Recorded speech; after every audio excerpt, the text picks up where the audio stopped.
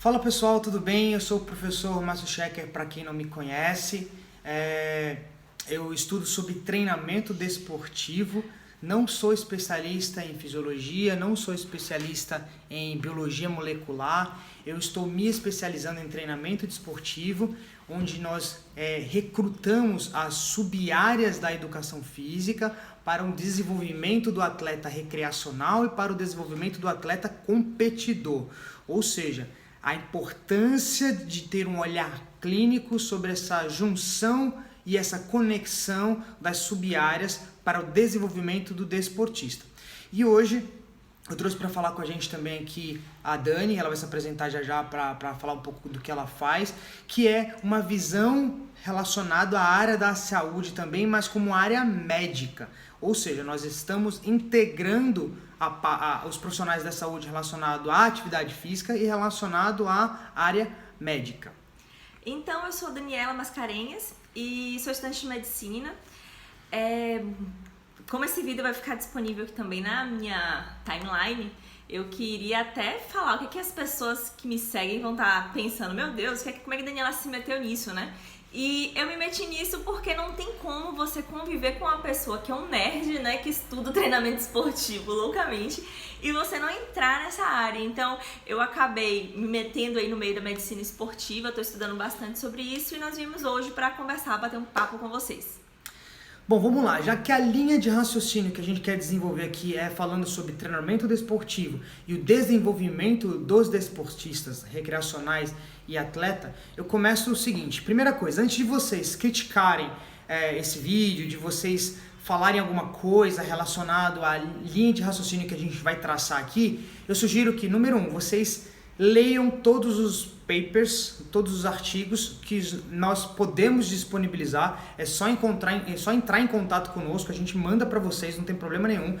Essa linha de raciocínio aqui são hipóteses, mas não são opiniões próprias. Olha a diferença, são hipóteses que nós vamos evidenciar através de estudos, de evidências científicas. E nós vamos gerar aqui uma linha de reflexão, a Dani gosta de chamar de hiperlinks, né? Ela já explica um pouquinho desse hiperlinks, mas nós vamos gerar uma linha de reflexão aqui relacionando o contexto do leste europeu relacionado ao treinamento desportivo e as pesquisas realizadas no Ocidente, tá? Então nós vamos realizar um pouco desse embate teórico aí quando a gente fala de treinamento.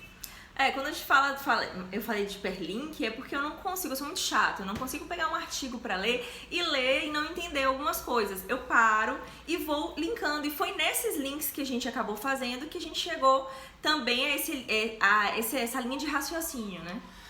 Legal, então eu quero começar falando aqui sobre um conceito básico, tá? Onde todo treinamento ele é muscular, ou seja, o objetivo principal do treinamento é melhorar o conteúdo e a funcionalidade mitocondrial.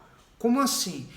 As mitocôndrias são as responsáveis por metabolizar o oxigênio que chega até ela através da captação, através do transporte. E então, o objetivo principal é fazer com que a mitocôndria, que é o responsável principal por fazer com que a musculatura esquelética trabalhe de maneira eficiente, para que essa mitocôndria seja realmente funcional. Ponto. Não existe treino de cardio. Existe treino muscular com adaptações metabólicas, com adaptações neuromusculares e com adaptações imunológicas hormonais.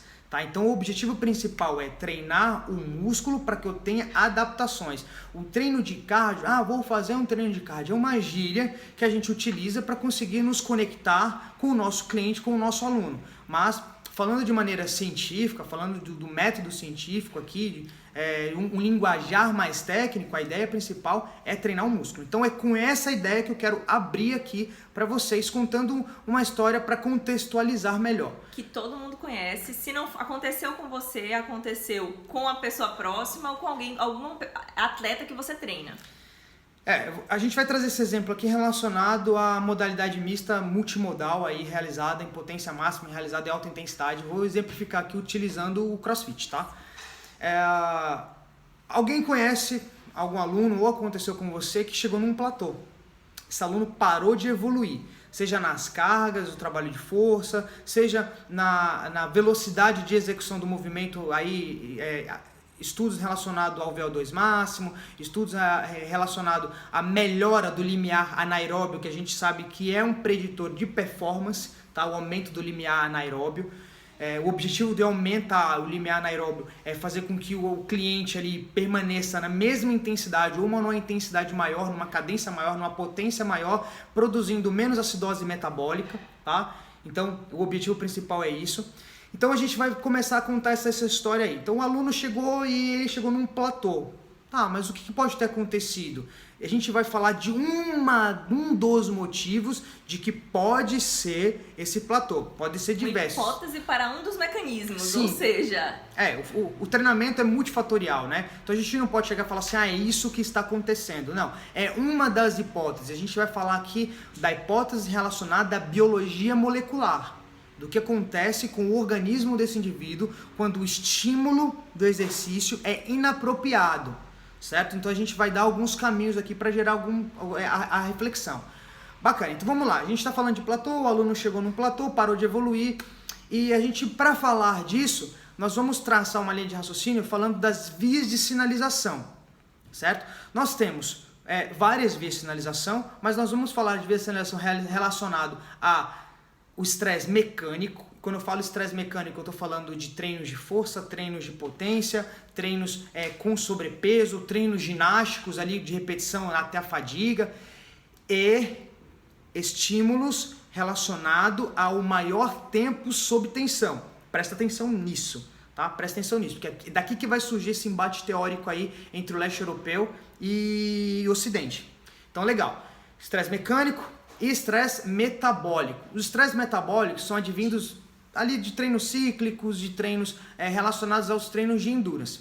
E quando a gente faz esses dois tipos, quando a gente tem esses dois tipos de estresse, para que haja realmente uma supercompensação e que haja adaptações dentro do organismo, a gente tem algumas vias sendo sinalizadas. Então a via MPK, que é a principal dela ali sendo sinalizada pelo treinamento cíclico de endurance, tá? E a via mTOR sendo sinalizada pelo treinamento relacionado ao treinamento de força. Tá, mas e aí, professor, o que você está querendo dizer pra gente com esses tipos de via de sinalização? Olha a linha de raciocínio, pessoal. Quando eu estou trabalhando o endurance, tá, o cíclico ali, eu tenho uma ativação da MPK. Lembra lá atrás que eu falei sobre o principal fator é melhorar o potencial muscular? Legal, vem comigo nesse raciocínio. Eu tenho ativação da MPK. Essa MPK, ela vai ativar uma enzima chamada de ULK1. Essa enzima, ULK1, ela é a principal responsável por ativar os lisossomos, e os lisossomos são organelas responsáveis em, vou utilizar o termo limpar, as mitocôndrias que não são funcionais. Ou seja, olha a linha de raciocínio.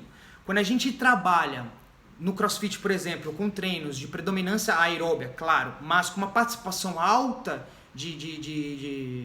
no glicogênio, ali na via glicolítica, nós temos a produção de biogênese mitocondrial. Porra, que legal!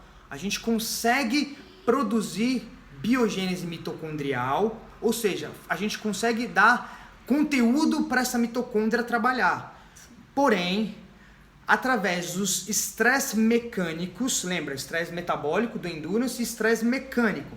O estresse mecânico, através dos treinos com sobrecarga, de agachamento, os movimentos ginásticos, como já dei o exemplo por aqui, nós temos a ativação de quem? Da mTOR, que é a mais famosa ali relacionada aos treinos de força e potência. Pô, e o que acontece? Não é que a mTOR ela vai inibir, né, a MPK. Ela vai, claro, se sobressair em algum momento por causa do maior estresse mecânico sendo relacionado ao estresse metabólico. E o que acontece diretamente? Essa mTOR, ela vai inibir a MPK, tá? E nessa inibição de MPK, diretamente lá naquela enzima que eu falei, da ULK1. E o que acontece com isso? A ULK1, ela perde função em remover as mitocôndrias que não são mais funcionais. Ou seja, eu tenho produção de biogênese mitocondrial nos treinos glicolíticos, que é o que são treinos glicolíticos, né? Acidose metabólica, maior produção de H+, diminuição do pH, eu tenho acidose metabólica, né? E aí a Dani vai explicar um pouquinho mais sobre desnaturação da proteína, já, só para terminar a linha de raciocínio aqui. Então eu tenho a mTOR sendo ativada, que inibe a MPK e inibe essa enzima responsável por retirar ali as mitocôndrias que não são funcionais. Então eu vou usar o termo empate. Ou seja, eu não tenho funcionalidade na mitocôndria. E os estudos relacionados ao Oriente, ao leste europeu e ao Ocidente, o que foi achado disso, né? Antes de eu falar sobre os métodos de treinamento e os meios de treinamento, você quer falar um pouquinho sobre esse mecanismo biológico? Então, na verdade, é mais recapitulando aqui as coisas que você falou. Porque eu que falo muito, mas você hoje... Pô, tô empolgada.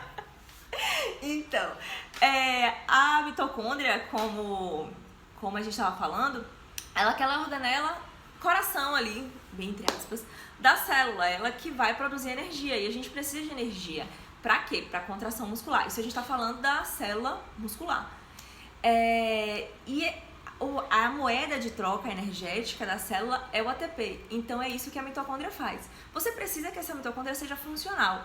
E ela vai ser funcional, só que os treinos, geralmente, os treinos glicolíticos, mas não só os treinos glicolíticos, porque assim, na verdade, todas essas vias, elas não vão começar. Quando começa, tá tendo fosfocreatina, você tem participação de outras vias. Você não tem só a via da fosfocreatina acontecendo, você não tem a via fosfolítica acontecendo e você não tem só a via aeróbica acontecendo.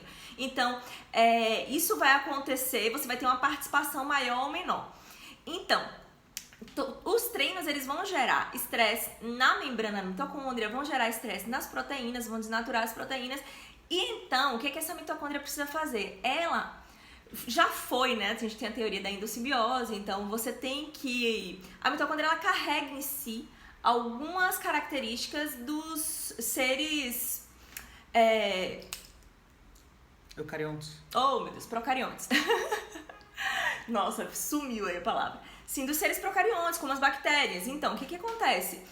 Tem algum pedaço dela, você não pode assim, ai meu Deus, meu braço machucou, vou cortar meu braço fora e vou produzir outro. Você não faz isso. Mas a mitocôndria, ela faz isso, assim, bem entre aspas. Ela pega um pedaço daquela membrana e ela se divide, ela por fissão, ela vai se dividir em uma mitocôndria funcional e uma mitocôndria não funcional.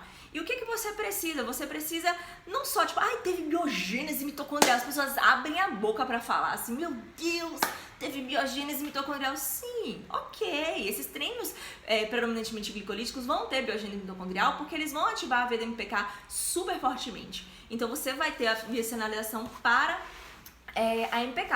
Só que paralelo a isso, você precisa também não ter tanto estresse mecânico, porque quando você teve a biogênese mitocondrial, mas você não teve essa limpeza, você vai ter tanto mitocôndria boa quanto mitocôndria disfuncional ali na célula funcionando, ela vai estar funcionando errado. Então você precisa fazer essa limpeza, que foi o que o Márcio falou. Só que Fala um pouquinho sobre o defeito da diástole de Mestle, que é a tensão do coração. Sim. E fala um pouquinho sobre as microlesões na miofibrila. Tá, pronto. O que acontece?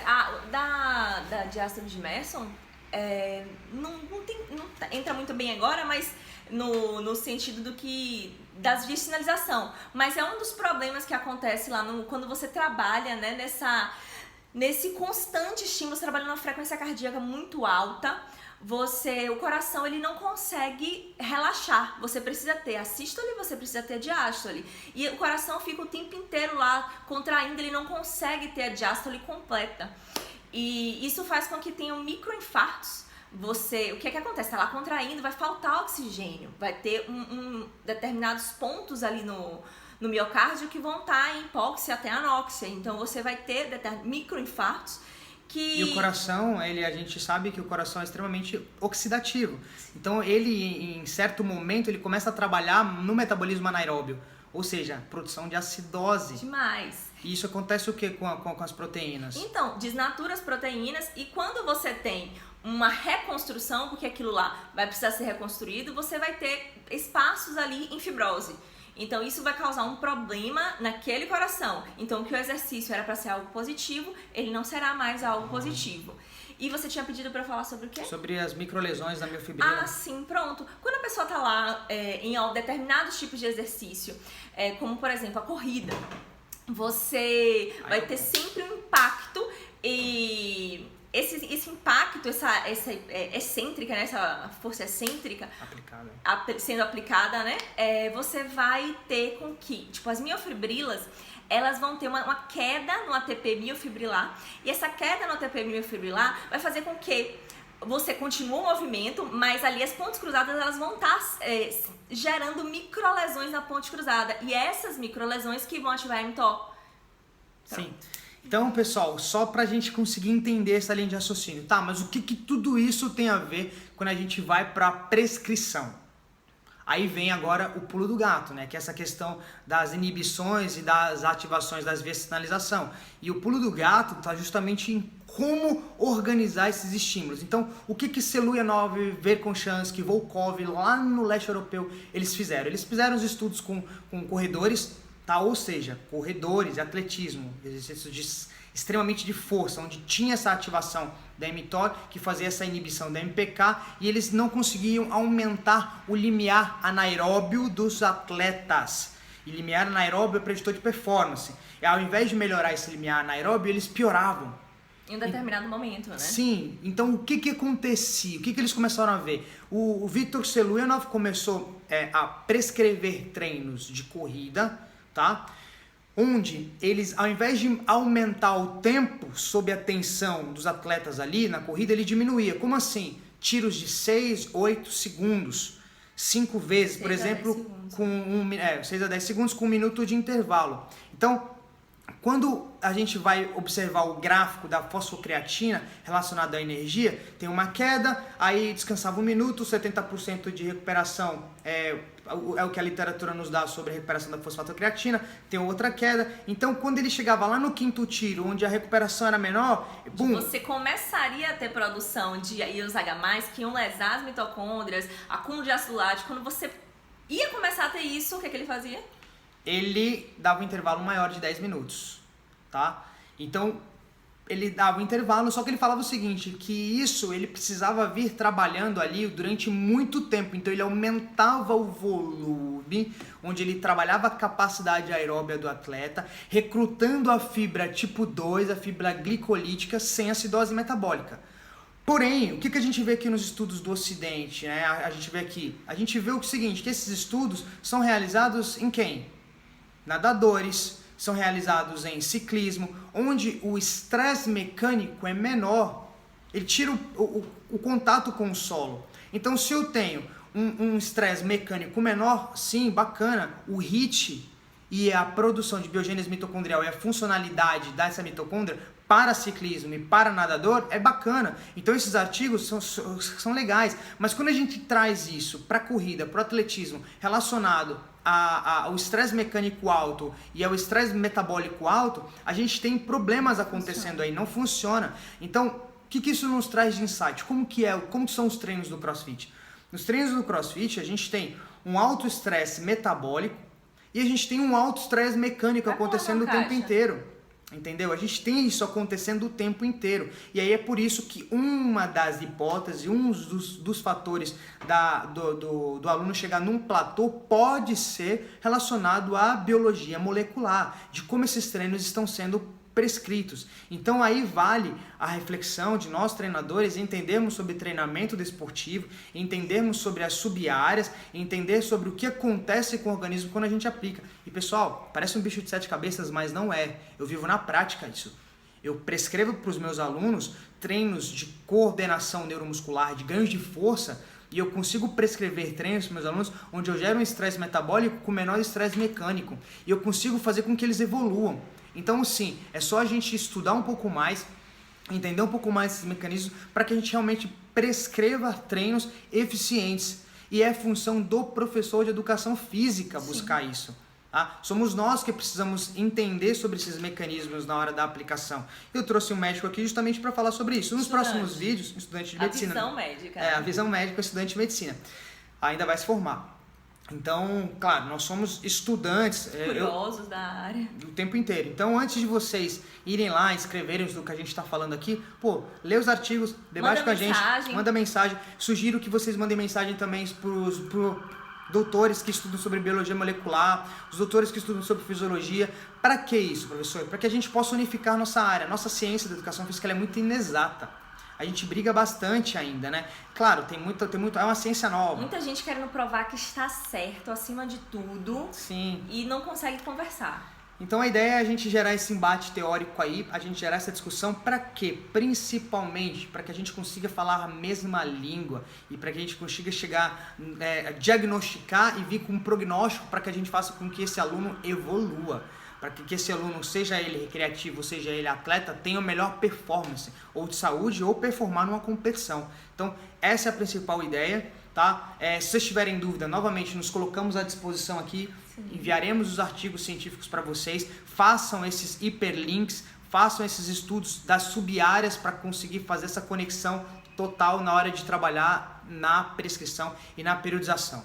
Já dando aqui um recado final, de acordo com isso, está sendo lançado um curso de periodização e prescrição, tá? Esse curso vai ser especificamente falando sobre estresse mecânico, estresse metabólico. Então eu vou abordar endurance, eu vou abordar força e potência, eu vou abordar os elementos ginásticos também, em como a gente aumenta o potencial motor, em como a gente melhora o condicionamento metabólico aí, o endurance, o cardiopulmonar, o cardiovascular através dos estímulos musculares lá, e como a gente consegue dominar melhor os elementos corporais, fazendo com que isso leve a uma melhora sem causar um estresse mecânico concorrente para os nossos treinos, que é utilizado no CrossFit, tá?